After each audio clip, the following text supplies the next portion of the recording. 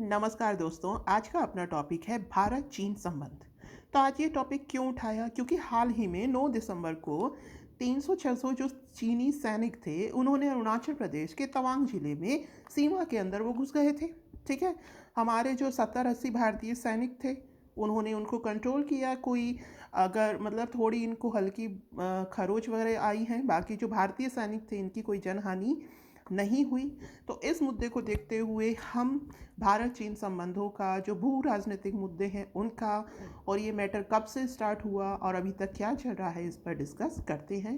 तो चलते हैं, अपनी कहानी को शुरू करते हैं 1808 से। तो 1808 में रणजीत सिंह जी पंजाब प्रांत के राजा थे जो बहुत बहादुर थे। इन्होंने धीरे धीरे जम्मू कश्मीर और लद्दाख का जो क्षेत्र था इस पर अपना अधिकार कर लिया। ठीक है, फिर इनकी मृत्यु हो गई 1839 में। उसके बाद में यहाँ से चीनी आक्रमण हुआ, उन्होंने यहाँ का कुछ क्षेत्र क्या कर लिया, अपने कब्जे में कर लिया। ठीक है, फिर बाद में इनके बीच में समझौता हुआ। ठीक है ना, चीनी और इन राजाओं के बीच में समझौता हुआ। फिर यहाँ पर जो राजा थे वो एक छत्र राज करते रहे। फिर बाद में आपको मालूम है कि एंग्लो सिख वार हुए थे। ठीक है, 1846 का जो वार हुआ था उसमें अंग्रेजों ने इस प्रांत को जीत लिया और कश्मीर घाटी और लद्दाख के क्षेत्र पर कब्जा कर लिया। सॉरी, इस युद्ध में जो गुलाब सिंह जी थे, जो पहले जो राजा थे उनके बेटे गुलाब सिंह जी, ठीक है, उन्होंने मदद करी क्योंकि ये कश्मीर तो उन्हीं का ही राज्य था, है ना। तो इन्होंने अंग्रेजों की मदद करी क्योंकि ये तो पहले ही ये चाहते थे कि सिख हारे, क्योंकि जो रणजीत सिंह जी थे उन्होंने इनके एरिया पर कब्जा कर रखा था, मतलब इन्होंने जीत लिया था। ठीक है, अच्छा, तो गुलाब सिंह जी ने क्या किया, अंग्रेजों की मदद करी। तो उनके मदद किए जाने पर फिर बाद में अंग्रेजों ने ये हिस्सा जीत लिया। तो क्या हुआ, गुलाब सिंह ने कुछ लाख रुपए, लगभग 75-80 लाख रुपए अंग्रेजों को दिए। तब अंग्रेजों ने उसके बदले में ये जो यहाँ का जो प्रांत था, जो राज्य था, वो गुलाब सिंह जी को बेच दिया। ठीक है, फिर बाद में 1865 में W.H. जॉनसन, ठीक है, एक अंग्रेज अधिकारी थे, इन्होंने जॉनसन लाइन बनाई। अक्साई चीन को जम्मू कश्मीर का, मतलब अक्साई चीन को जम्मू कश्मीर का ही हिस्से में रिप्रेजेंट किया। ठीक है, अच्छा, अब ये जो जॉनसन लाइन थी, ठीक है, इसके दूसरी तरफ कौन सा हिस्सा लग रहा था, ये था शिंजियांग और तिब्बत का क्षेत्र। यहाँ पर शिंजियांग क्षेत्र था और यहाँ पर तिब्बत का क्षेत्र लगा हुआ था। 1899 में फिर मैकडोनल्ड रेखा की बात आई। तो मैकडोनल्ड रेखा में इन्होंने कहा, इन्होंने अक्साई चीन का जो क्षेत्र था वो डिफाइन किया और ये कहा कि यहाँ पर जो अक्साई चीन है इसमें कुछ भाग तो चीन का है और कुछ भाग भारत का है। ठीक, फिर बाद में क्या हुआ, कुछ समय के बाद चाइना ने ये स्वीकार कर लिया। लेकिन अब चाइना क्या चाह रहा था, अब चाइना जो था वो तिब्बत पर अपना अधिकार करना चाह रहा था। तो उसी दौरान उसने तिब्बत पर आक्रमण किया और उसी दौरान जो दलाई लामा थे वो भाग करके किधर आए, तिब्बत से भाग कर अब आ गए थे अपने अरुणाचल प्रदेश में। ठीक है, तो ये सारा हिस्सा है तिब्बत वाला इधर लगता है, इंडिया में इधर जाएंगे तो। ठीक है, तो ये कहाँ पर आ गए थे, अरुणाचल प्रदेश में। तो ये जो LAC है, यहाँ पर ऊपर था शिंजियांग प्रांत और इधर कौन सा था, तिब्बत। तो इन्होंने, चाइनीज़ ने तिब्बत पर आक्रमण किया जिससे जो दलाई लामा थे भाग कर आ गए इंडिया में। आगे चलते हैं, तो ये मैंने लिखा है यहाँ 1959 में दलाई लामा तवांग क्षेत्र से भारत आ गए। ये इसी तवांग क्षेत्र का अभी हाल ही में मुद्दा चल रहा है। ठीक है, तो 1959 में चीन ने जो ये जो कंडीशन थी, मैकडोनल्ड रेखा जो बनाई गई थी, इसको स्वीकार कर लिया। 1959 में चीन ने अक्साई क्षेत्र में रोड बनाई। ठीक है, अक्साई क्षेत्र कौन सा, वही वाला, ये आपने लाइन बना दी, अक्साई चीन LAC। यहाँ पर शिंजियांग प्रांत है, यहाँ पर आगे क्या है, लद्दाख है। इन्होंने क्या किया, सॉरी, तिब्बत है। इन्होंने तिब्बत से शिंजियांग प्रांत को जोड़ने के लिए रोड बनाना शुरू किया। ये जो रोड थी ये थोड़ा सा LAC या ये जो अक्साई चीन का क्षेत्र था इससे गुजर रही थी। ठीक है, यहीं से ही मनमुटाव शुरू हो गया चाइना और इंडिया के बीच में। इसी का परिणाम था 1962 का युद्ध। समझ आया, यहाँ पर शिनजियांग प्रांत है, यहाँ पर तिब्बत है। चाइना ने ऐसे रोड बनाई। ये रोड जो थी ये कहाँ से गुजर गई? अक्साई चीन के क्षेत्र से गुजर गई। यही कारण रहा किसका? यही कारण रहा 1962 के युद्ध का। और दलाई लामा एक कारण थे ही, क्योंकि एक संधि हुई थी, ठीक है, नेहरू जी के समय। उसमें उसे पंचशील की संधि कहते हैं। उसमें 5 सिद्धांत थे, 5 कंडीशंस थी, ठीक है। वो क्या थी वो भी जरा देखते हैं, फिर दोबारा उस टॉपिक से जुड़ते हैं। अप्रैल 1954 में भारत ने तिब्बत को चीन का हिस्सा मानते हुए चीन के साथ पंचशील सिद्धांत पर समझौता किया, ठीक है। उन्होंने कहा कि तिब्बत जो है वो किसका है? चाइना का हिस्सा है, ये मानते हुए उन्होंने समझौता किया। तो ये समझौता मेनली किस पर बेस्ड है? इंडिया और तिब्बत के लिए, ठीक है। तो चलिए, तो कंडीशंस जो समझौते थे वो क्या थे? दूसरे देश के आंतरिक मामलों में हस्तक्षेप ना करना, ठीक है। और यहाँ ये जो दलाई लामा वाला मुद्दा हुआ, इसमें क्या हुआ? जो इंटरनल कंडीशन थी, जो इंटरनल मैटर था, उसी पे ही क्या हो गया? हस्तक्षेप हो गया। इंडिया ने क्यों दलाई लामा को शरण दी? चाइना इस बात से भी चिढ़ गया। एक दूसरे देश पर आक्रमण ना करना, ये दूसरी कंडीशन थी। शांतिपूर्ण सह अस्तित्व की नीति का पालन करना। परस्पर सहयोग एवं लाभ को बढ़ावा देना, ठीक है। सभी देशों द्वारा अन्य देशों की क्षेत्रीय अखंडता का सम्मान करना, ठीक। क्षेत्रीय अखंडता का सम्मान करना मतलब जैसे कि अपने इंडिया में पाकिस्तान वाला मुद्दा चलता रहता है, ठीक है ना। तो वो क्या है?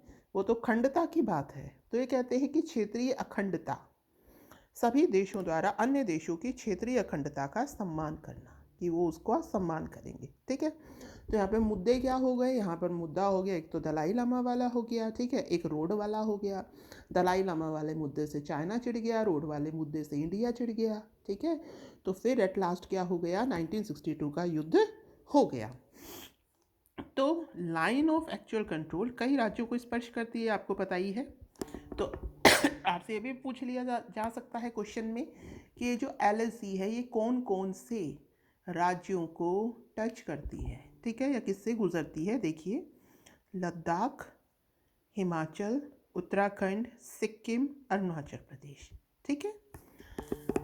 आगे चलते हैं, यहाँ लद्दाख है, ठीक है। फिर बाद में आपका इधर हिमाचल प्रदेश आएगा, इधर उत्तराखंड आएगा, यहाँ आगे जाएंगे तो सिक्किम, और फिर यहाँ तो नेपाल ही आ जाता है पूरा पूरा, है ना। फिर इधर नेपाल आ जाता है, फिर इधर यूँ सिक्किम, और इधर आ जाता है अरुणाचल प्रदेश, ठीक है।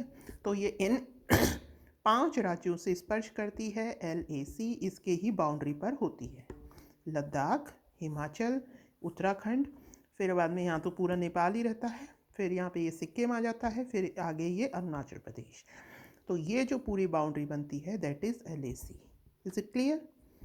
चलिए, अब ये जो है यहाँ पर ये जो बाउंड्री बनी हुई है LAC की ही, ये जो बाउंड्री ऐसे जाती है, ये जो हिस्सा है लद्दाख वाला, यहाँ पर मेनली 2 मुद्दे रहते हैं। एक मुद्दा तो रहता है गलवान घाटी वाला, एक मुद्दा रहता है पेंगोंग सो लेक वाला। ये पेंगोंग सो लेक का भी मुद्दा काफ़ी चर्चा में रहता है। गलवान घाटी वाला भी, ये 2020 में कोरोना के दौरान यहाँ पर भी काफ़ी झड़प हुई थी। पेंगोंग सो लेक का मुद्दा क्या है? यहाँ पर पहाड़ी क्षेत्र है, जो लेक है ना पेंगोंग सो लेक, ये खारी झील है, ठीक है, खारे पानी की। तो ये जो झील है, इस झील को ही बाउंड्री बना दी गई, तो वो क्लियर नहीं है। तो यहाँ पर कुछ पहाड़ियाँ हैं, तो पहाड़ी की जो चोटियाँ हैं उनको फिंगर्स कहा गया है। क्या कहा गया है? फिंगर्स। तो जो इंडिया है वो तो ये 8 फिंगर हैं, 8 पहाड़ियाँ हैं ऐसी निकली हुई लेक के अंदर, ऐसे निकली हुई जो कि फिंगर्स की शेप लेती हैं, ठीक है। इंडिया ये कहता है कि 1 से लेकर 8 फिंगर तक जो पूरा एरिया है वो हमारा है।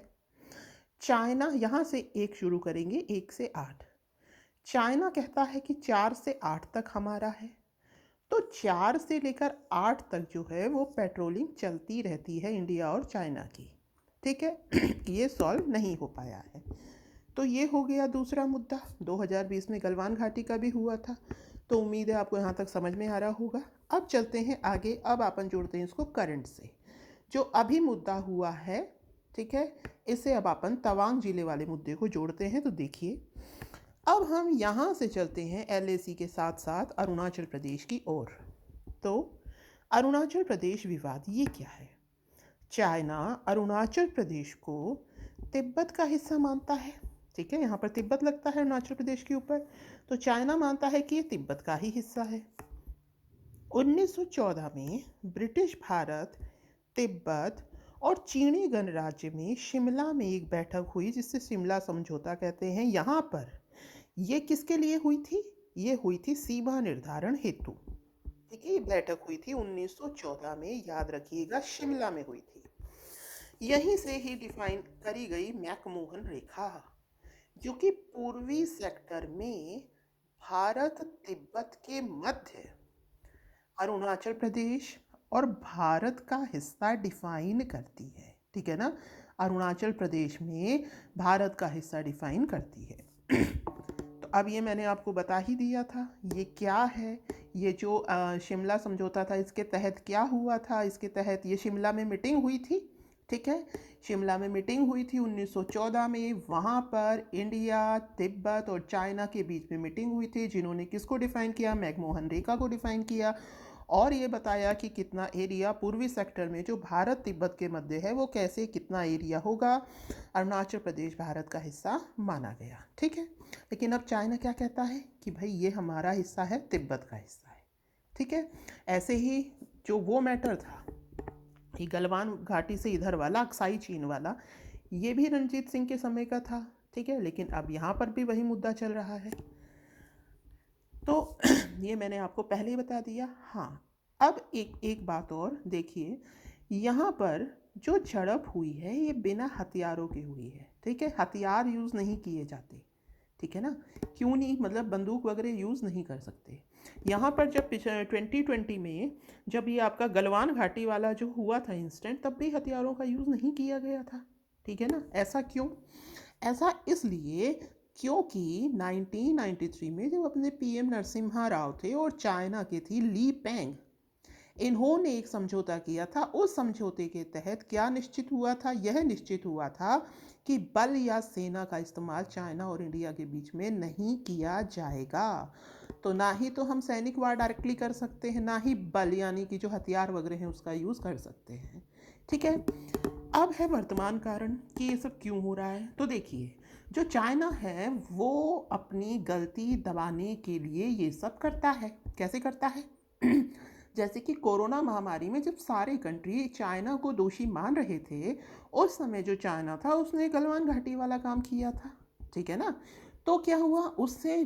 क्या टॉपिक शुरू हो गया? कोरोना से हटकर जो टॉपिक था वो शुरू हो गया इंडिया चाइना बाउंड्री का। गलवान घाटी वाला तो लोगों का ध्यान उस तरफ चला गया, है ना। अभी क्या हुआ?